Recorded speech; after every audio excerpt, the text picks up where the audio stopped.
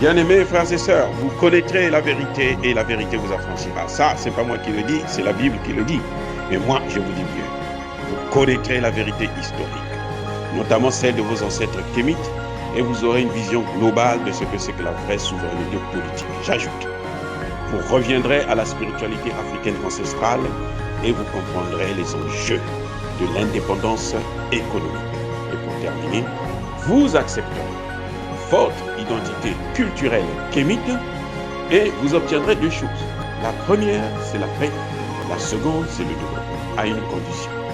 L'unité de toute l'Afrique noire, l'unité de tous les Noirs du monde entier. Otep à tous, bienvenue sur la chaîne des panafricanistes par essence, par conviction et par excellence. Celle des citoyens kémites par nécessité et obligation de combat. Nous sommes une chaîne qui n'est guidée que par nos ancêtres, et rien que par les ancêtres qui appartiennent à l'égrégore du monde noir. Par conséquent, nous ne croyons en aucun Dieu venu de l'étranger. Toutefois, cette vidéo n'est aucunement destinée à inciter à la haine ou à la violence, car nous menons un combat qui est d'abord et avant tout spirituel, intellectuel et démocratique. Ensuite, il est politique, géopolitique et géostratégique, contre l'impérialisme, le colonialisme, le néocolonialisme et l'endocolonial, qui sont tous qualifiés de crimes contre l'humanité. Nous menons ce combat sur la base du principe fondamental que nous avons hérité de nos ancêtres kémites, qui est celui de la Mahat, c'est-à-dire solidarité, vérité et justice. Vous êtes donc en droit de connaître la vérité, et nous avons l'obligation de vous dire la vérité et rien que la vérité, afin que justice soit rendue au continent africain. Et ça, c'est notre modeste contribution dans cette noble lutte en faveur de la souveraineté, la dignité, la solidarité et l'unité africaine. Et c'est exactement cela que nous appelons le panafricanisme. Bien-aimés frères et sœurs, François Hollande est encore sorti de son silence. François Hollande a voulu encore se faire entendre. François Hollande a encore parlé pour ne rien dire.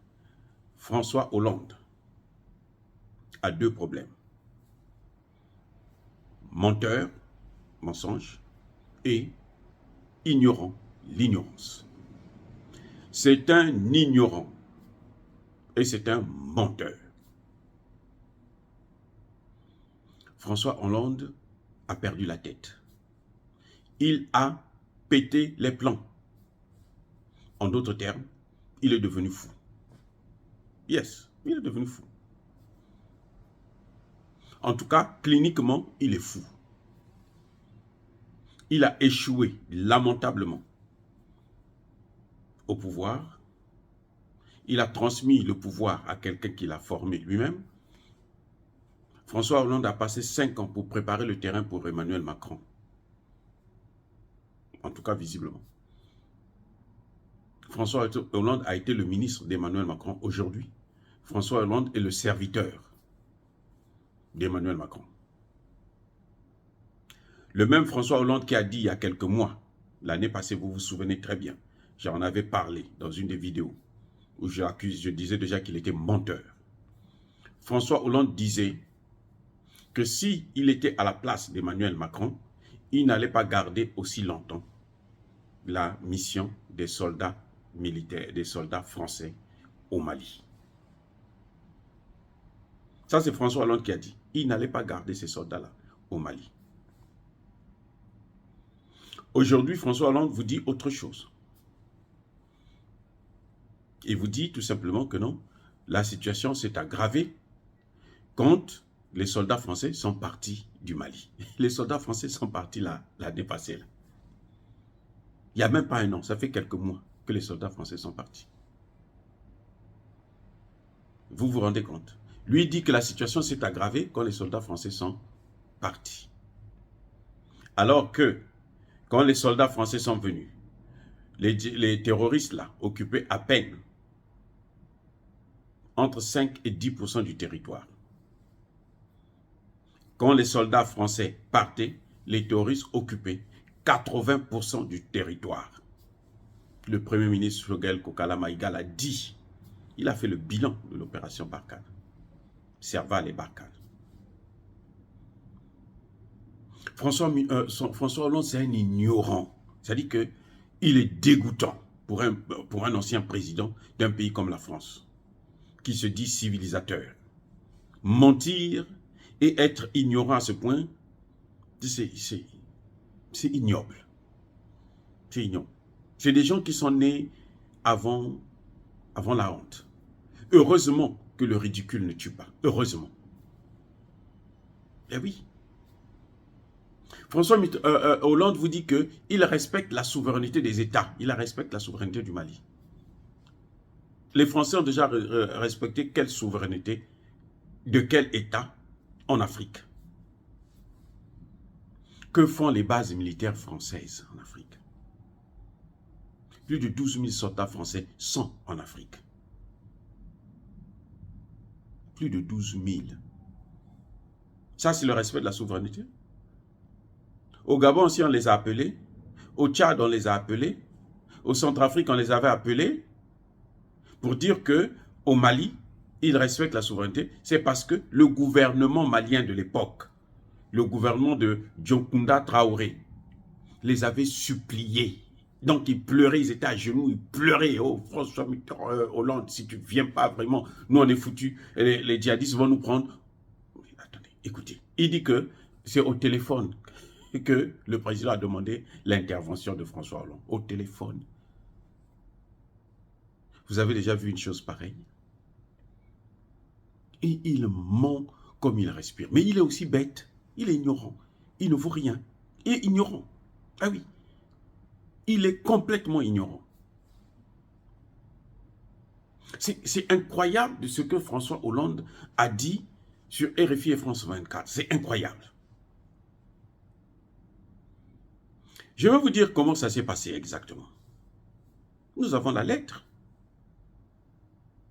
Il dit que c'était à la demande aussi de l'Union africaine. L'Union africaine avait envoyé quelle lettre à François Hollande pour venir intervenir au Mali? Ou les Nations Unies. Les Nations Unies avaient envoyé quelle lettre? Si c'était les Nations Unies qui avaient autorisé à la France d'intervenir, mais pourquoi les Nations Unies ont envoyé une mission? Vous croyez que les Nations Unies sont... Mais attends, donc finalement les Nations Unies là aussi ne valent pas grand-chose, c'est zéro. Les Nations Unies ont demandé à ce que lui puisse intervenir. Et les Nations Unies ont organisé une mission qui est là jusqu'à aujourd'hui. Ils ne veulent pas partir. François Hollande, ça dit que a oublié une chose. Quand il va nous dire que le colonialisme, le néocolonialisme, là, c'est la Russie. Oh, ok, très bien. Très bien. On va aller pas à pas. C'est là où je vous dis qu'il n'est pas intelligent. L'école, là, qui forme les hommes politiques françaises, là, français plutôt, mais c'est une école qui forme des nullards. Ils ont formé Sarkozy qui est venu raconter sa vie. Maintenant, c'est François Hollande qui est en train de raconter sa vie. Regardez. 2 points. Hein? La Russie, c'est le néocolonialiste. Ok, très bien, je suis d'accord avec vous. Qu'est-ce que ça veut dire néocolonialisme? C'est quoi? Il y a 2 mots là. Il y a néo et il y a colonialisme. Néo, c'est nouveau. Néo là, ça veut dire nouveau. Et oui, le colonialisme, c'est le fait de dominer un pays pour le contrôle de ses ressources humaines et naturelles. Donc, néocolonialisme, là, ça veut dire le nouveau colonialisme. Mais pour qu'il y ait le nouveau, je crois qu'il faut qu'il y ait l'ancien, non? On dirait, bon, je ne sais pas. Bon, dites-moi, il se peut avoir un nouveau s'il n'y a pas eu l'ancien? La loi de la dialectique dit que le nouveau doit remplacer l'ancien. C'est-à-dire que, écoutez, allez-y apprendre ça à François Hollande, hein, que le nouveau, là, il vient pour remplacer l'ancien. S'il n'y a pas eu d'ancien, là, il n'y aura pas de nouveau. Bon, maintenant, Depuis quand les Russes ont colonisé un pays africain? Pour dire que maintenant, ils sont en train de recoloniser les pays africains. Depuis quand? Lesquels, entre les Russes et les Français, les Anglais, les Américains et autres, lesquels qui ont déjà colonisé l'Afrique?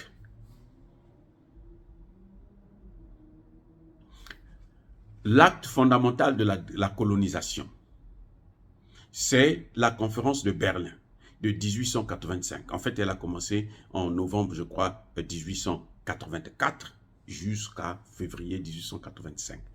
Presque 4 mois pour partager l'Afrique. Ce que vous voyez là, les frontières que vous voyez là, 1885. Ça a pris 4 mois. Pendant 4 mois, là, ils étaient en train de se disputer. Chacun va prendre une partie. La Russie n'était pas là-dedans. Donc, comment se fait-il que les Russes sont maintenant des nouveaux colonisateurs, alors qu'ils n'ont pas été anciens? Pour aller au deuxième étage, il faut passer par le premier étage, à moins de prendre un hélicoptère, un drone. Mais sinon, tu dois passer par le premier étage. Et puis tu arrives au deuxième. Ça, c'est un fait. Bon. François Hollande vous dit que non, le gouvernement Djokunda, là, au Mali, s'est agenouillé, a supplié. Très bien. Eh bien, Choguel n'a pas hésité de nous dire la vérité. Le problème que la France a eu avec le Mali, c'était lequel? C'est que le gouvernement Traoré, là, avait sollicité l'appui aérien et l'appui dans le domaine du renseignement. Vous comprenez? Deux choses. Appui aérien, appui dans le domaine du renseignement, l'information. Ce qui supposait même une centaine de personnes, ça suffisait. Ils sont venus avec 5000 soldats au sol, une armée d'occupation. Ils ont amené tout un village. Oui, pour occuper.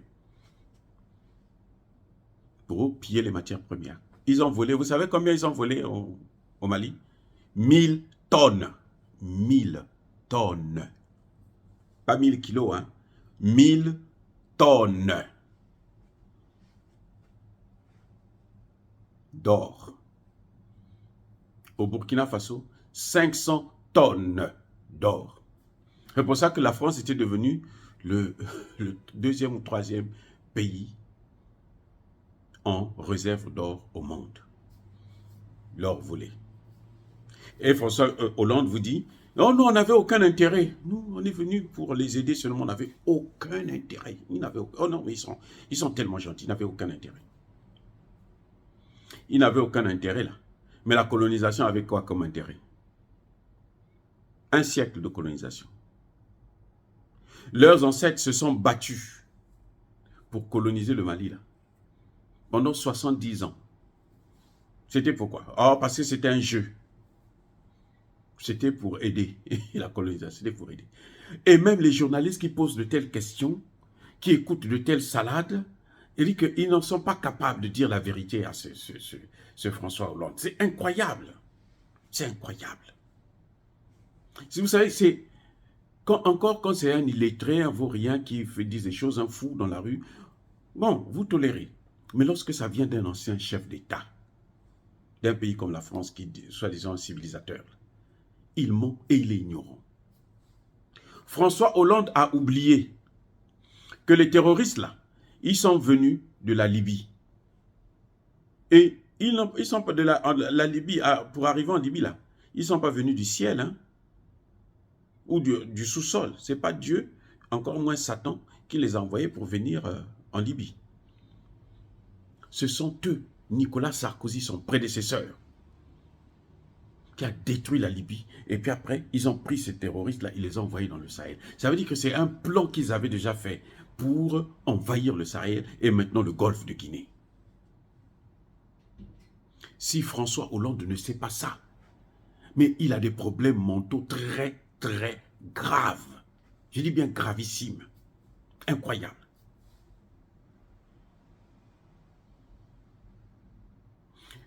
Quand le gouvernement malien a dit, bon, on va relire le contrat que nous avons eu avec vous. On va relire ça, les termes du contrat. Et puis on va voir comment on peut mettre ça en application ou améliorer. C'est là que Emmanuel Macron a décidé de retirer ses troupes. Maintenant, depuis que les soldats français sont partis là, le Mali, vous pouvez avoir 1 mois, 2 mois, jusqu'à 7 mois, sans qu'il y ait un seul attentat terroriste. Ça a repris encore là, quelque temps. Entre-temps, ce sont entre eux qui se battaient. Quel est le problème? Il n'est pas l'arbitre. Le gouvernement, il n'est pas un arbitre. Il les laisse se battre. Et puis celui qui va tuer les autres, il attaque. Aujourd'hui, la peur a changé de camp. Ils sont traqués au Mali, ils sont traqués au Burkina Faso. Leur seul repli là, c'est le Niger. Parce que le Niger, vous savez, il y a quoi? Il y a les Français, il y a les Américains, il y a les Allemands, il y a les Espagnols. Et tous les gars de l'OTAN là. Voilà ce qui se passe. La réalité, c'est celle-là, sur le terrain. Maintenant, ils sont traqués au Burkina Faso, ils sont traqués au Mali. Donc, ils sont pris en tenaille. Le Burkina aussi a interdit le survol de son territoire par les avions français. Les hélicoptères qui ravitaillaient les gares, les terroristes. Ils ont même changé de nom de ces gares-là. Ils ne les appellent plus terroristes, on les appelle maintenant les groupes politico-militaires, les djihadistes rebelles. Voilà. Mais François Hollande est malade quand il dit que non, voilà, depuis que les gars ils sont partis, les Français sont partis, la situation s'est aggravée. C'est faux. Ce sont eux qui ont aggravé la situation. François Hollande est sans ignorer que lorsque l'armée malienne, avant même Assimi Goïta, a débarqué, a voulu rentrer pour déloger les terroristes de Kidal, c'est l'armée française qui s'est interposée. Manque de peau pour eux, c'est que Assimi Goïta était parmi les troupes qu'on a empêché de rentrer dans Kidal. Assimi Goïta, qui est là, président, il sait de quoi il parle. Il sait pourquoi il est en train d'agir. Pourquoi il a chassé les Français. Parce qu'il sait qu'il n'était pas là pour régler le problème. Puisqu'il était sur le terrain, il les a vus, il a travaillé avec eux. Les Français ont même failli les fusiller tous. Ils disent, si vous avancez encore, nous on vous fusille. Comme ils avaient une supériorité de feu, les Maliens se sont repliés. Avec Assimi Goïta dans le lot. François Hollande veut nous apprendre quoi? Il dit quoi, ce mec? Il a quoi? Non, écoutez. La France a intérêt à changer sa politique. Nous allons lui faire changer cette politique-là. Dans toute l'Afrique. Elle a 2 piliers sur lesquels nous sommes en train de travailler. C'est les bases militaires, c'est le CFA. Et nous allons faire partir ces 2 piliers-là. Nous allons les casser, ces 2 piliers. Ah oui. Ils ont violé les accords qu'il y a eu avec Diokounda Traoré. Et Diokounda Traoré, vous savez quoi? Ce Diokounda Traoré, c'était un gouvernement de transition. C'était une junte. Ce qu'ils appellent junte. C'était une junte que eux, ils avaient mis en place. Comment? Parce que lorsque ATT est prêt à quitter le pouvoir, quelques mois avant les élections, Diokounda Traoré organise le coup d'État, alors qu'il savait très bien que ATT ne devait pas se représenter, parce que ATT était devenu gênant pour eux. ATT ne voulait pas, justement, leur céder le Mali. C'est ça que vous n'avez pas compris. ATT ne voulait pas leur céder le Mali, donc ils ont fait un coup d'État, on l'a enlevé, ils ont mis Diokounda Traoré qui leur a donné les marchés, et, comment on appelle, Ibeka est venu continuer. Au nom de, comment on appelle ça là, la responsabilité de l'État. Non, François Hollande, qu'est-ce qu'il veut apprendre aux gens? Mais il doit repartir à l'école pour relire ses cours d'histoire des relations entre la France et l'Afrique. C'est aussi simple que ça. Oh, bien aimés frères et sœurs, dire cela, c'est inciter à la haine ou à la violence. Non, non, non, non. Yaba colère, ve yamaleb. Encore une fois, je persiste et je signe. Soyez bénis. par le Dieu des Kémites et par tous les ancêtres de la terre-mère Afrique. Mais que tous ceux qui persécutent le continent africain, tous ceux qui le déstabilisent et le pillent, qu'ils puissent être maudits, punis, détruits, neutralisés, effacés par ce Dieu des Kémites et par nos ancêtres angélisés, qu'ils soient noirs ou qu'ils soient blancs. Vive l'Afrique éternelle. J'ai dit et j'assume.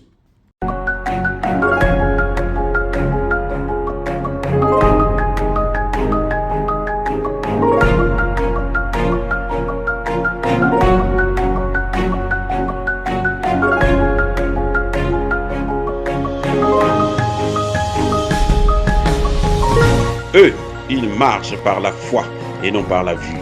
Mais moi, je vous conseille vivement de marcher par la connaissance scientifique et historique, notamment celle de nos ancêtres kémites, par les 5 sens et par l'intelligence. À vous, Apia.